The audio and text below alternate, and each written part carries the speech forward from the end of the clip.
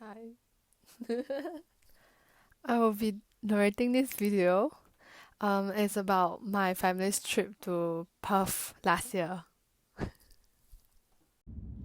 On hindsight, I feel that we were lucky to be able to go overseas before 2020 when things became so chaotic. It's not my family's first time in Australia. In the past decade, we've also been to Gold Coast, Melbourne, and Sydney. To us, Perth felt relatively smaller and even more slow paced and peaceful, even in its most city central areas. We spent most of the days during this free and easy trip away from the main city, travelling along the coast down to the other parts of Western Australia. We drove to Fremantle 3 times on separate days because it was so worth. If I remember correctly, it is 11 kilometers away from the main city, so it wasn't too far. Originally, we've only planned to be in Fremantle so that we can head out to the Rottnest Island, where we saw the really cute quokkas. On the island, we also cycled for a while for the incredible views. I would like to add that Fremantle is also it's truly a visitor-friendly town, and we're glad that it's so close to the main city, so you can keep going back to it. On a separate day, we also visited the Maritime Museum in Fremantle and went to its submarine. Life in the submarine looks terrible, to be honest. If you can see in my clip, it's really cramped inside. The sea view still looks great, no matter the timing of the day, though it looks extra good whenever there's sunset, like that sunset timing. Yeah. Afterwards, we walked further along the coast to have dinner at Little Caesars. Many people are there because of the food and probably also because it's a tourist spot. I love the nature that Australia has and also how it's really well preserved.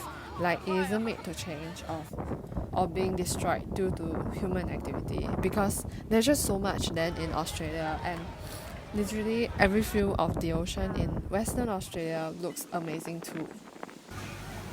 For the following days, we visited the Boomberry Farmers Market, passed by Eaton Shopping Centre, Busselton for a while, and then the Nelgie Cave and then Margaret River.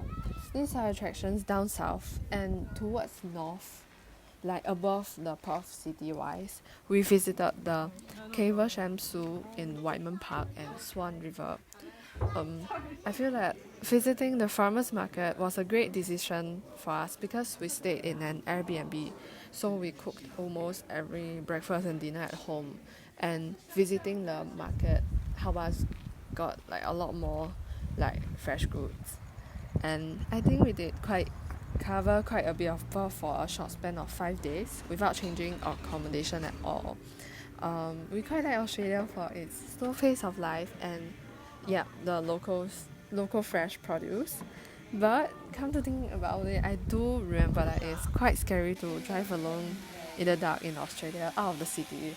So I wouldn't say the country is an ideal utopian and stuff. In addition, we can't really live with the amount of flies in certain areas, such as the Busselton beach. Despite the long jetty being very famous, I don't think you have to visit it to enjoy the view that the other beaches can also provide, because the cost of just standing amongst flies is very high.